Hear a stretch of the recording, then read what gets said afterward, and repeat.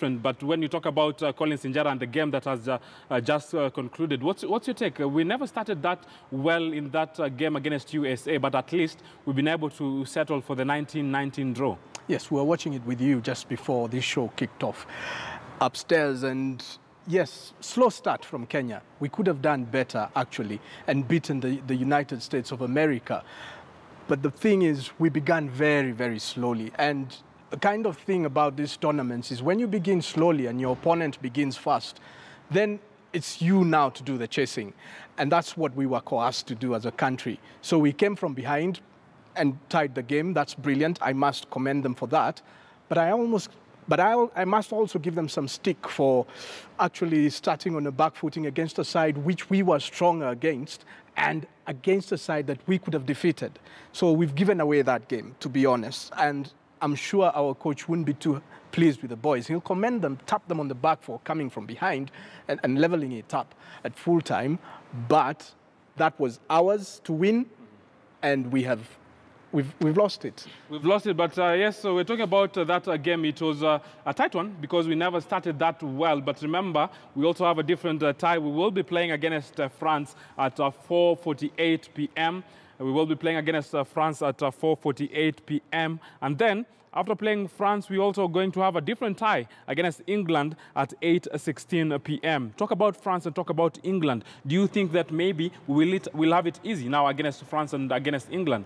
Two crucial and also must-win games for Kenya. Definitely not. The plot thickens for us because obviously England are playing at home. England are very good at sevens rugby, just as they are good at 15s rugby. So that's an uphill task for Kenya. And then France, fleet-footed athletes. When it comes to football, when it comes to rugby, they run like mad. So as I've just said, we began on the wrong footing.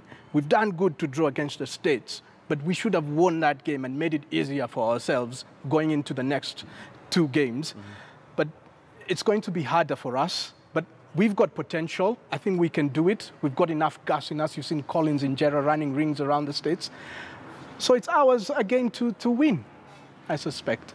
Yeah, ours to win. You talk about that game. A lot will be expected from the Kenyan party because we will be playing against England at 8 o'clock in the night. At the same time, we will be playing against France. Two crucial games that Kenya needs to win because we never started. We did not start that positive. 4:48 p.m. against France, and then 8:16 p.m.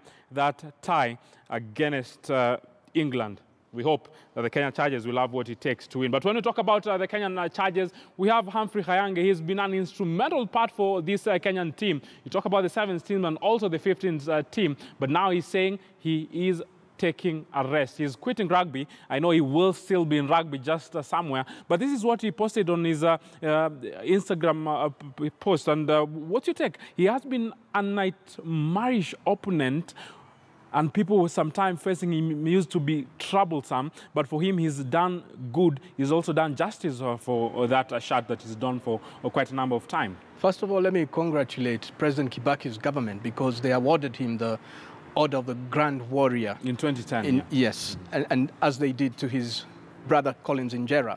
So that's brilliant of the government to come in and give him his due recognition. Then his absence from the team obviously is a huge blow because his height was immensely helpful to us in line-outs and winning those the kickoffs.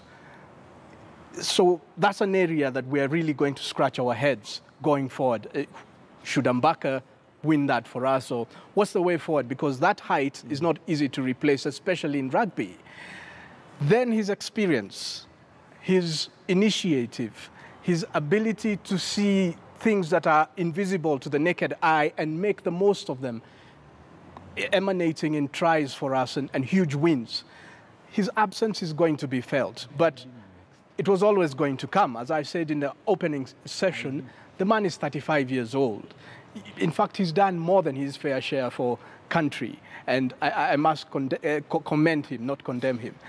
And yes, I think going forward, this guy should be used in terms of coaching, passing on the baton to younger talent. He could start from the younger levels and then come up into the sort of teenage levels and then on to the senior levels. this is talent that should not go to waste. In as much as he's done commendably well for our country and for the club levels at Mombasa Rugby Football Club and earlier to Lindsay, whom I've played against in rugby, that's 20 odd years ago plus. I'm that old anyway. This is talent that should not be wasted in terms of coaching expertise. He's got the baton to pass over to the younger generations, and we should utilize that. Yeah, we're talking about Humphrey Kayange. For him, he's saying he's done good for the country, and yes, he has. And when you talk about his playing time, he's been an instrumental part of the national team. But I know he will be maybe somewhere. But he said that my time to say goodbye. It has been about 2 years now that I've been trying to get back from the field. You remember that injury, but he's a happy chap, saying that he will be somewhere, just somewhere, and he will try as much as possible to have any input, any positive input in any way that he can. He will try to give that to the rugby team and also to the able rugby supporters. So for him, we wish him all the best in what he will be doing next. But remember, at the same time, he has a very, very key role because he represents athletes in the National Olympics Committee of Kenya. So he is still in the world of sport, and he will be there for quite a number of times. Let's talk football now.